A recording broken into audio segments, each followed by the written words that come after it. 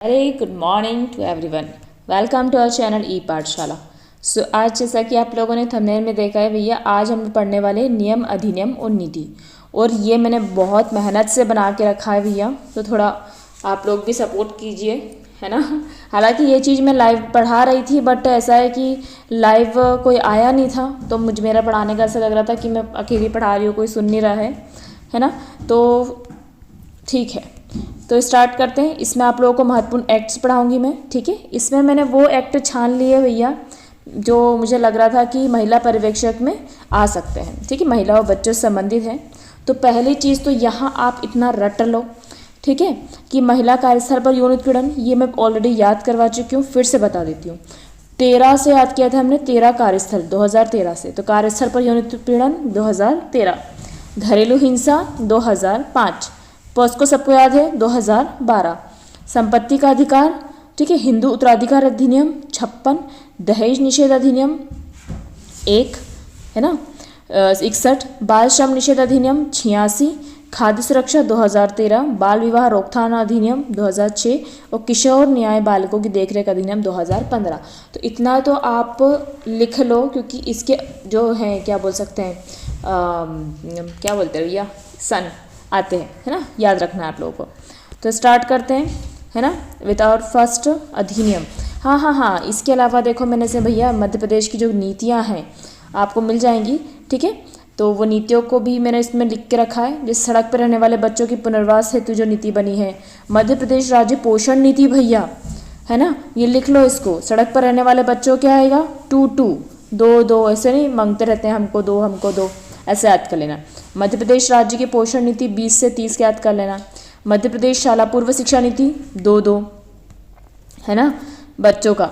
उसके बाद महिला नीति 2015 की है। मध्य प्रदेश बाल संरक्षण नीति, ध्यान रखिएगा, 20 की है। और राष्ट्रीय शिक्षा नीति भी 20 की है, ध्यान रहेगा। मध्य प्रदेश बाल संरक्षण नीति 2020 की आ गई है ना। अब हम आते हैं अपने पहले अधिनियम पे भैया। पहला अधिनियम है अपना महिलाओं को कार्यस्थल पर यौन उत्पीड़न रोकथाम निषेध प्रतितोष अधिनियम 2013, ठीक है। सबसे पहले याद रखना ये 2013 का है। अब देखो भैया, मैंने इसमें ऐसा बना के रखा है ताकि आपको बहुत सारा नहीं पढ़ना पड़े। तो अधिनियम कब हुआ भैया, 13 में। कोई संशोधन हुआ है क्या, नहीं भैया, अभी तक नहीं हुआ है। कब लागू हुआ, 9 दिसंबर 2013। कैसे याद करोगे भैया, 9 दुर्गा होती है 9 दिन की, तो 9 दिन की 9 दुर्गा याद कर, तो 9 दिसंबर 2013, 9 दिन से दिसंबर, 9 दिसंबर 2013। अध्यायों की संख्या 8, धाराओं की संख्या 30। इसको आप जितनी बार सुनोगे पढ़ोगे आपको याद हो जाएगा, और धाराएं तो मैं आपको याद करवा ही रही हूँ। अच्छा, एक और चीज़ मुझे बता दो यार, देखो लाइव मेरा है ना, लाइव पढ़ाने का ही था इसको, ताकि मैं आप लोगों से इंटरेक्ट कर सकूँ, आपको याद करवा सकूँ।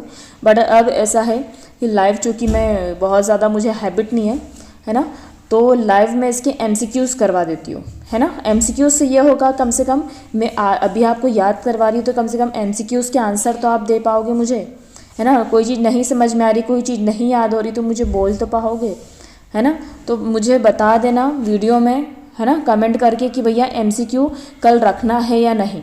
अगर कल मैं रखूँगी तो 11 बजे रखूँगी, है ना, MCQ लाइव। तो आ जाना, है ना। जैसे हमने अधिनियम रखे हैं उसी हिसाब से मैं MCQs रखूँगी, उतनी ही धाराएं रखूँगी ताकि आपको कंठस्थ याद हो जाए। तो मुझे कमेंट करके ज़रूर बता देना कि MCQ इसके बनाऊँ या नहीं बनाऊँ, ठीक है, बता देना। नहीं रखना हो तो भी बता देना भैया, है ना। समझ में आ गया होगा आई होप आप लोगों को।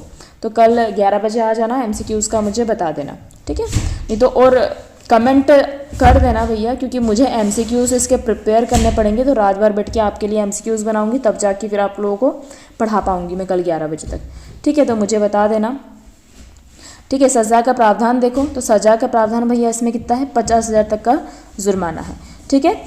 वैसे देखा जाए तो इस अधिनियम में जो प्रावधान है उसके तहत जो क्या बोल सकते जुर्माना होता है वो सज़ा के अनुसार चेंज होता है, पर इसमें आपको याद रखना है 50,000 तक का जुर्माना, ठीक है। और उल्लंघन दूसरी बार अगर कोई वही करता है तो फिर उसको 2 गुना उस पर रहता है सज़ा, ठीक है। तो ये अपन ने देख लिया। और भैया जी जम्मू कश्मीर पे लागू है कि नहीं है पूरे भारत पर लागू है। 2019 के बाद भैया ये जम्मू कश्मीर पर भी लागू हो गया है। परीक्षा की दृष्टि से महत्वपूर्ण क्या दिख रहा है अपने को, बहुत ज़रूरी इसको याद रखना, विशाखा गाइडलाइन, 1997 1997, ठीक है, 1997 में विशाखा गाइडलाइन आई थी भैया। उसी केस के बाद फिर क्या हुआ है, हमने इस अधिनियम को बनाया है। ठीक, तो कार्यस्थल पर महिलाओं को सुरक्षा देने वाला यह अधिनियम विशाखा गाइडलाइन के आधार पर बना हुआ है। अब भैया कहाँ कहाँ पर लागू है, तो देखिए सभी सरकारी हो गया, निजी हो गया, संगठित हो गया, असंगठित हो गया, में कार्यरत महिलाओं पर यह लागू होता है। ठीक, अब इसके तहत भैया जी 2 समितियां बनती है। किस समितियां बनती है? 2 समिति। पहली समिति जिसमें 10 से अधिक कर्मचारी होते हैं तो वहाँ पे बनता है आईसीसी, ठीक है, और एक जहाँ पे 10 से कम कर्मचारी तो भैया वहाँ पे बनती है एलसीसी। आईसीसी मतलब होता है आंतरिक शिकायत समिति और एलसीसी होता है अपना जिला शिकायत समिति। ठीक, आ गया समझ में, है ना। अब इसमें महत्वपूर्ण जो परिभाषा है जो कि आपको रटवाने वाली हूँ मैं, है ना, ऑनलाइन क्लास में भी रटवा चुकी थी, पर कोई मुझे नहीं लग रहा है कि आप लोगों को क्या प्रॉब्लम जा रही है उसमें। ठीक है, हालांकि स्टार्ट कर रही हूँ तो धीरे धीरे कर लूँगी भैया, है ना। तो फर्स्ट हमारा आता है, हमको याद करना है यौन उत्पीड़न। तो यौन उत्पीड़न किस धारा में दिया गया है, वेट अ मिनट, है ना। तो यौन उत्पीड़न किस में आएगा, तो हमको अगर यौन उत्पीड़न है, सेक्सुअल हरासमेंट को हमको क्या बोलना है, नो। तो एन से याद करना यौन उत्पीड़न और ओ से याद करना भैया अपना कार्यस्थल। ओ से क्या याद करोगे, कार्यस्थल, नो। ठीक है, अच्छा, यौन उत्पीड़न माने जाते हैं तो उसमें क्या क्या आ सकता है, तो उसमें आपका अवांछित यौन संबंधी हरकतें, व्यवहार हो सकता है, अनुग्रह की मांग हो सकती है, प्रकृति उस संबंधी टिप्पणियां हो सकती है, आपको अश्लील सामग्री भेजना या दिखाना हो सकता है, या अन्य कोई सा व्यवहार भैया जो हमारी महिला की गरिमाओं का उल्लंघन करता है, वो यौन उत्पीड़न के अंतर्गत आता है। ठीक है, कार्यस्थल की बात करें तो ओ, नो से, है ना, ये यौन उत्पीड़न, और ओ से कार्यस्थल, नो। तो वर्क प्लेस आएगा कार्यस्थल, है ना। इसमें आपका कार्यस्थल सरकारी भी हो सकता है, निजी भी हो सकता है, अस्पताल भी हो सकता है, स्कूल, कॉलेज, खेत, परिसर, धन पन, पूरी चीज़ें हो सकती है इसमें। ठीक है, और ये घर में काम करने वाली महिला श्रमिकों के लिए भी लागू होता है। कोई आपके घर कुछ काम करने आती है उसके साथ ऐसा कुछ होता है तो ये उस पर भी लागू होता है। क्लियर है। नियोक्ता, एम्प्लॉयर को कैसे याद करोगे, कोई भी एम्प्लॉयर होता है वो क्या बोलता है, जी सर, जी सर, जी जी जी, तो 2 जी से इसको हमको याद रखना है। ठीक है, तो कोई भी व्यक्ति जो प्रत्यक्ष अप्रत्यक्ष रूप से कर्मचारियों पर को काम पर रखता है। ठीक है, कुल मिला के एम्प्लॉयर की बात करते हो बेटा, नियोक्ता मतलब उसका मालिक, है ना, मतलब तुमने उसको रखा है, उससे कुछ हुआ है तो तुम्हारे उसमें रखा गया था ना उसको।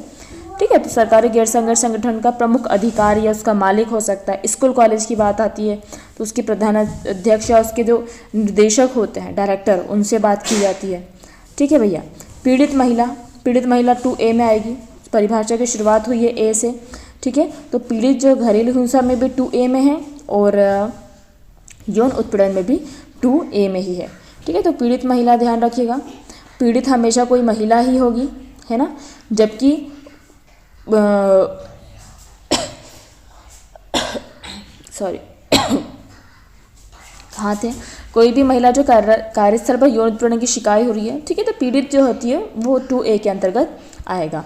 ठीक है, इसमें मैंने आपको बता दिए थे, अध्याय 8 है ना, हालांकि इनको रहना तो इसको पढ़ने की आवश्यकता नहीं है, थोड़ा बहुत ऐसे हम लोग देख लेते हैं। अध्याय 1 जो है प्रारंभिक है, इसमें परिभाषा और अधिनियम के बारे में दिया जाता है।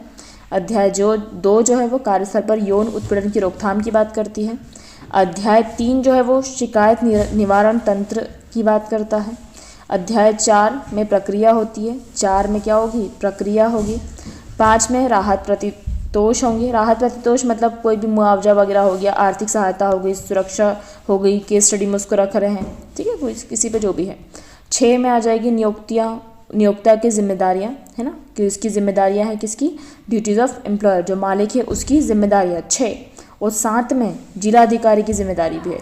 तो 6 में नियोक्ता की जिम्मेदारी और 7 में जिलाधिकारियों की जिम्मेदारी, और 8 में भैया अपनी मिसलेनियस की जो हमारा फलाना ढिमकाना बचेगा तो उसको हम देखेंगे, इसके अंतर्गत रखेंगे। ठीक है, अब जैसा कि मैंने बता दिया है कि इसमें शिकायत निवारण तंत्र होता है, आईसीसी होता है, एलसीसी होता है। आईसीसी बता चुकी हूँ, 10 से अधिक कर्मचारी, है ना, इसकी अध्यक्ष एक वरिष्ठ महिला कर्मचारी ही होगी आईसीसी की। एलसीसी की बात करो तो 10 से कम कर्मचारी, है ना, और इसका जो अध्यक्ष होता है वो जिला अधिकारी द्वारा नियुक्त किया जाता है। ठीक है, शिकायत दर्ज करने की समय सीमा देखें तो 3 महीने के भीतर कर दो भैया, और या फिर कुछ परिस्थितियों में आप 3 महीने के ऊपर समय भी ले सकते हो। न्यायिक कार्यवाही जो है, शिकायत सही पाई जाती दोषी को अनुशासनात्मक कार्यवाही, ठीक है, जो भी कहता है तो उसको आर्थिक दंड, है ना, उसको आर्थिक दंड दिया जा सकता है, या उसको क्या बोल सकते हैं, जेल हो सकती है, या फिर दोनों हो सकता है। ठीक है, तो ये न्यायिक कार्यवाही के अंतर्गत आएगा। महत्वपूर्ण बिंदुओं की बात करो तो हमको इसमें 1997 याद रखना है। ठीक है, 1997 याद रखना है। विशाखा बनाम राजस्थान राज्य का था। आईसीसी का कार्यकाल 3 वर्ष होता है, ध्यान रखिएगा। कार्यस्थल पर महिलाओं की सुरक्षा के लिए पोश, that is the prevention of sexual harassment नीति बनाई गई थी। एलसीसी का अध्यक्ष जिला कलेक्टर द्वारा नियुक्त होता है। किसी भी संगठन को इस अधिनियम के प्रावधानों का पालन करना अनिवार्य, नहीं तो 50,000 तक का जुर्माना या लाइसेंस रद्द करने का प्रावधान है। निष्कर्ष तो समझ में आ गया होगा। ठीक है, तो नेक्स्ट अब हम लोग पढ़ते हैं घरेलू हिंसा से महिलाओं का संरक्षण अधिनियम 2005। ठीक, तो एज द नेम सजेस्ट, ये घरेलू हिंसा, महिलाओं के साथ जो घरेलू हिंसाएं होती हैं उसकी बात करता है ये। ठीक है, नॉर्मली जो मैं आप लोगों को बता चुकी हूँ पहले भी कि नॉर्मली जो अधिनियम होते हैं, एक मिनट है ना, निषेध, नॉर्मली जो अधिनियम होते हैं उसमें पहला अध्याय जो होता है, प्रारंभिक 2 धाराएं होती हैं, प्रारंभिक होता है ना, उसमें अधिनियम की क्या नाम, विस्तार और प्रारंभ लिखा होता है। ठीक है, जो धारा 2 होती है भैया, धारा 2 में होती है परिभाषाएं। ठीक है, बट आपको यहाँ पे ध्यान रखना है कि घरेलू हिंसा की परिभाषा की बात आती है वो धारा 3 में है। परिभाषा घरेलू हिंसा का पूरा धारा 3 में भर दिया है। ठीक है, तो ध्यान रखिएगा, इसका अध्याय 2 जो है वो पूरा घरेलू हिंसा से संबंधित है। घरेलू हिंसा के अंतर्गत क्या आएगा वो। ठीक है, तो उसकी परिभाषा भी अध्याय 2 में दी हुई है, मतलब धारा 3 में, अध्याय 2 धारा 3। ठीक भैया, हाँ। अधिनियम का मूल वर्ष 2005 है भैया। संशोधन हुआ है क्या? नहीं भैया। कब लागू हुआ है? तो 26 अक्टूबर 2006 को लागू हुआ है। 26 अक्टूबर 2006, 26/6। ठीक है, अध्यायों की संख्या 5 है, धारा है अपनी 37 है। ठीक है, इसमें सजा का प्रावधान 20,000 ध्यान रखना और 1 साल, तो 1 साल और 20,000 का जुर्माना इसमें है। ठीक है, और या फिर दोनों इसमें हो सकते हैं। क्लियर है। अब अच्छा, जम्मू कश्मीर पर लागू है, प्रभाव क्षेत्र पूरे भारत पर लागू है, जम्मू कश्मीर पर 2019 के बाद लागू है। परीक्षा की दृष्टि से महत्वपूर्ण बिंदु की बात करूँ तो यह अधिनियम संविधान के अनुच्छेद 15(3) क्या बोलता है? अच्छा, अनुच्छेद 15 क्या बोलता है कि आप किसी भी जाति, रंग भेद, लिंग के आधार पर आप भेद नहीं करोगे, है ना। तो 15(3) क्या बोलता है कि भैया कुछ परिस्थितियों में महिला और बच्चों के साथ भेदभाव किया जा सकता है, उनको संरक्षण दिया जा सकता है ना। समझ में आ रहा है? 15(3) क्या बोल रहा है कि कुछ परिस्थितियों में महिला और बच्चों को हम क्या दे सकते हैं, महिला और बच्चों के लिए सकारात्मक भेदभाव रखा जा सकता है, सकारात्मक भेदभाव। ठीक है, ताकि उनको मेन स्ट्रीम में ला सकें, है ना। ठीक है, और 39 क्या बोलता है? 39 तो उन्नति याद करवा चुकी हूँ मैं संविधान के भी। तो 39 क्या बोलता है भैया? 39 बोलता है जीविका की बात करता है। इसके अंतर्गत भी बहुत सारे हैं। ठीक है, तो ये बात करता है महिला पुरुष को समान कार्य के लिए समान वेतन देना, है ना। और जो हो सकता है कि जो जॉब हो सकती है, क्या बोल सकते हैं उसको, किसी भी व्यवसाय के समान अवसर देना, तो ये सब जीविका के अंतर्गत आते हैं। ठीक है, तो इस अधिनियम में संविधान के अनुच्छेद 15(3) और 39 के तहत महिलाओं की सुरक्षा के लिए बनाया गया है। ठीक है, इसमें पत्नी, माँ, बहन, बेटी या अन्य किसी महिला रिश्तेदार को सुरक्षा प्रदान की गई है। क्लियर। तो पीड़िता घरेलू हिंसा से सुरक्षा, गुजारा भत्ता, निवास अधिकार, मुआवजे के लिए आवेदन कर सकती है। इन सभी की धाराएं मैं अभी आपको रटवाऊंगी। ठीक है, घरेलू हिंसा से पीड़ित के लिए एक संरक्षण अधिकारी, इसकी भी धारा है 8। ऐसे याद करना है कि हमको चारों तरफ से क्या है, संरक्षण है। ठीक है, और एक सेवा प्रदाता, मिटाई दिया, सेवा प्रदाता याद रखना, सेवा से 10 बस।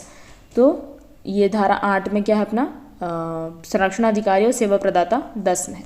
अभी याद करवाऊंगी, ज़्यादा लोड नहीं लेना है अपन ने। ठीक है, तो इनकी करी गई थी।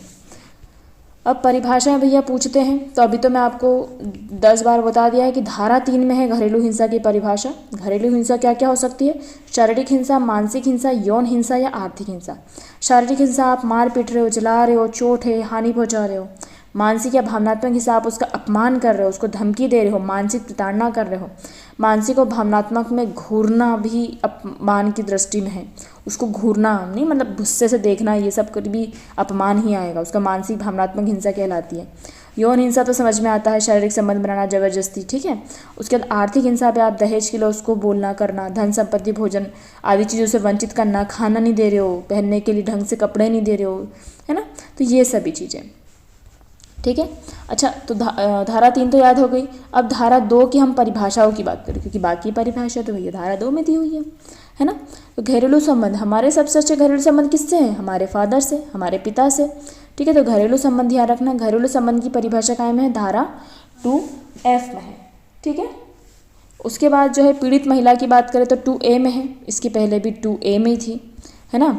उसके बाद उत्तरदायी व्यक्ति की बात करें तो उत्तरदायी व्यक्ति को हम याद रखना, क्यों भाई, क्यों तूने ऐसा किया। ठीक, तो क्यों से उसको हमको याद रखना है।